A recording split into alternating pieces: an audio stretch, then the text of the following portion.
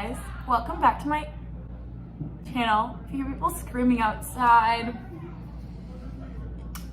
I live near a really rowdy bar and this happens, so welcome back to my channel. Not a lot of people know this about me, but I'm really passionate about cooking. I cook a lot. I love cooking.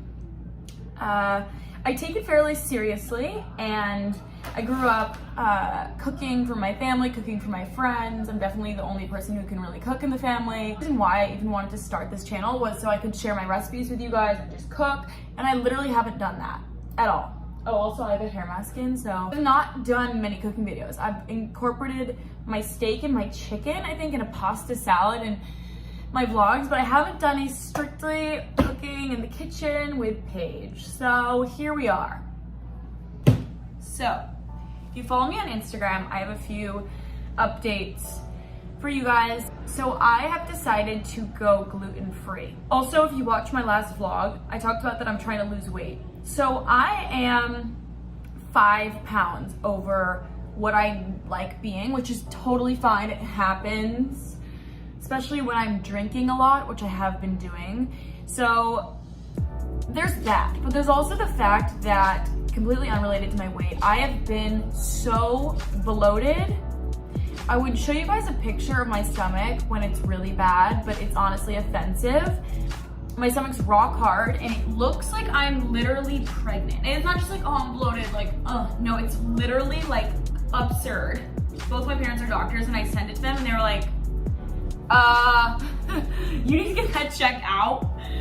So I've decided, I think that it's from gluten. A lot of gluten is super processed. I don't think our body in general likes gluten, and I think it's really hard for our body to digest, especially mine. So I'm cutting out gluten, and I'm also trying to be very low carb. I really want to get super fit again. I want to be super lean. I'm like starting to work out again. I'm doing a gluten-free diet, but also by being gluten-free, I think by default you end up cutting out a lot of carbs. So I'm doing that. I'm also not having very much sugar. Sugar, especially for women, it really messes with your metabolism. I think sugar is the biggest thing that we gain weight from. I mean, that's just what I think. So I'm making changes in my diet and my lifestyle. So that is exciting for me. It's exciting because I feel like I'm just ready to start taking better care of myself. I love to cook, and just being more aware. I really let go. I have always looked at packaging labels.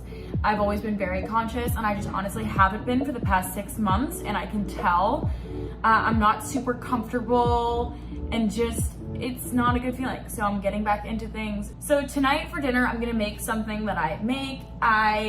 So I've made this kale salad for years. So I'm gonna show you guys how I make my kale salad. The only thing I'm missing is dried cranberries, which is fine. I'm gonna use carrots in it. I've kind of replaced the cranberries with carrots. Not that I can't have cranberries anymore. I just really like the carrot in the salad. It adds the sweetness to it. So I'm gonna show you guys the kale salad that I make, and then I'm gonna make a steak. I'm gonna make a steak, and I'm gonna cook it a little bit differently than I normally would. I cook my steak kind of restaurant style on a skillet with clarified butter. And I'm not gonna use butter because it is not as healthy, but I'm gonna cook it the same way and kind of just show you guys that. Yeah, I haven't done a cooking video before, so kind of bear with me. But kale salad is easy to fuck up. A lot of people hate kale because they haven't had a good kale salad. And in order to make a good kale salad, there are definitely steps you can't skip, so I'm excited to share this with you guys. A lot of people like kale in restaurants, but not at home. So I'm gonna show you how to make kind of a restaurant kale salad at home. Oh, also completely unrelated, I already opened these, but these vegetable chips are really great. Not much sugar, not much carbs, they're just vegetable chips. They're a really good snack. I think an important part of trying to be healthy again, trying to lose weight, or just trying to fuel your body properly, is getting rid of temptation. I can't have anything in the apartment, like junk food or shit, because I know I'll eat it. Keep healthy snacks you actually like in your apartment. Okay, so there are a few tricks to making a kale salad good. So this is the difference. I think the mistake that people make with kale salad is the preparation of the kale. I think that people buy chopped kale in that bag that's already pre-made and think that that's gonna be okay. It's not, I don't think. You need to get a head of kale like this, and you literally have to single-handedly pick the kale.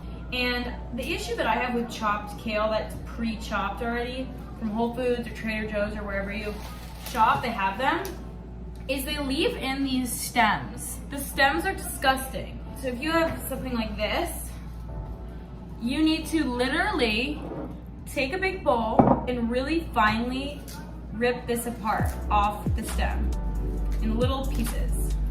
So you're gonna already have chopped kale because you've literally picked this off just like this. So it takes a second, not gonna lie. So I will pick all this kale off, or as much as I want, and put it in this.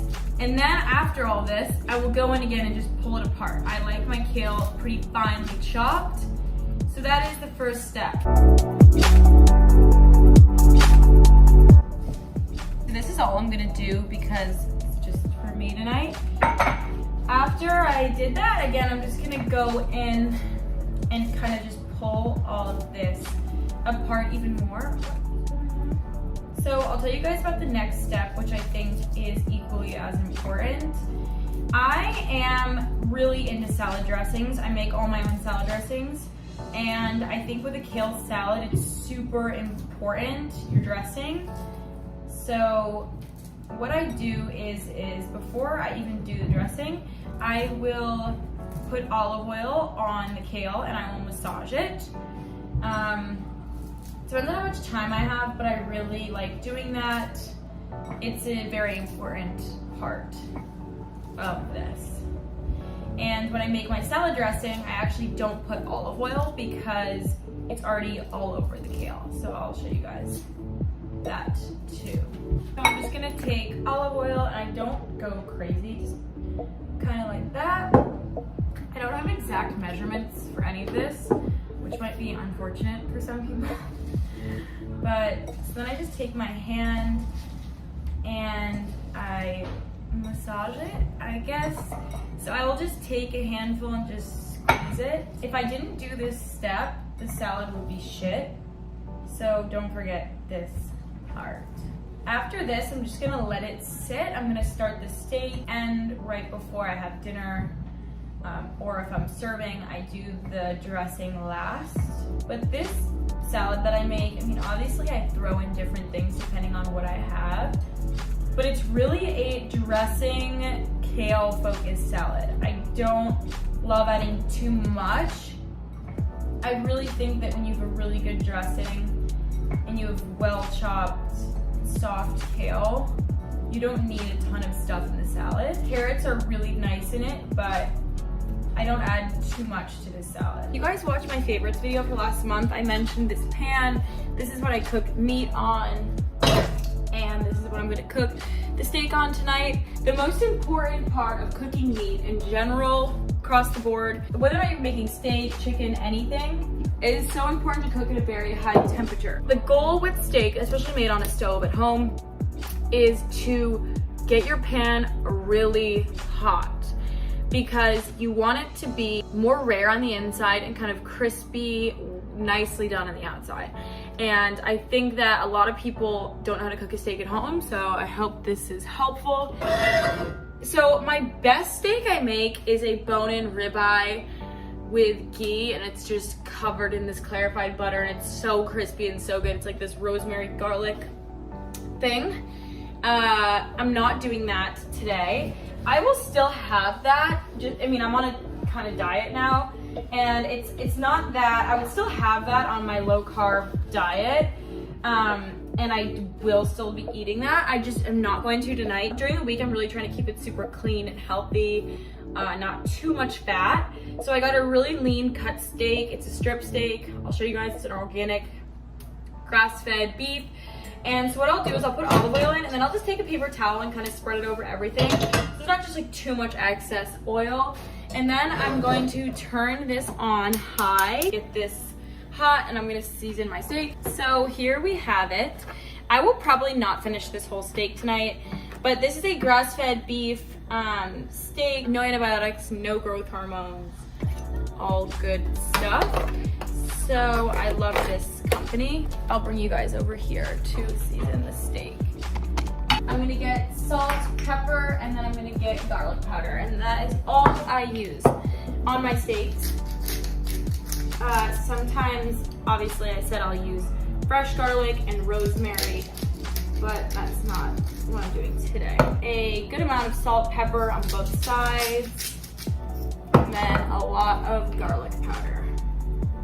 Just kind of like a nice coating over everything. A lot of it burns off, so you can kind of go crazy with it. I also just love the flavor of all this stuff. So another note is that steak cooks best at room temperature. I didn't have the opportunity to do that today, but that's just something that I will do sometimes. So this is getting hot. I'm gonna turn it down to medium heat. I'm gonna wash my hands, turn on my fan. So I'm just gonna put the steak right on here and turn it back up a little bit. And don't touch the steak. A lot of people make that mistake. Do not touch the steak. If you want meat to be crispy, you want it to get nicely cooked, put it down and don't touch it. It will really be able to cook better that way. I don't really know why that is, but don't touch it. I'm gonna leave this for probably 7 minutes and then I'm going to flip it. Okay, so we're gonna flip this. I like using tongs, but I still don't have any in my new apartment. So that looks great. I like the way that looks. I'm happy with that. I'm gonna leave it again for 7 minutes. And yeah. Okay, so before I do the dressing, I'm gonna do the carrots. So how I've been normally doing it recently is I take a peeler and I'll just peel a bunch of shreds into it, but I'm actually gonna do it different tonight. Because I'm more in the mood for bigger pieces of carrot, so I'm just gonna cut it like this. I think I'm gonna get one more carrot. I think that how a vegetable is cut makes a huge difference. Actually, I'm gonna do both because I feel like eating carrots like this shape, but I'm gonna do also the shredded. So I'm just gonna add those. It's really a carrot kale salad. I add some parm too, and then sometimes I add pine nuts, but I'm honestly not even going to do that tonight. I'm gonna add some cashews, I think, because that's all I have, and then parm, and then the dressing. Just gonna peel this.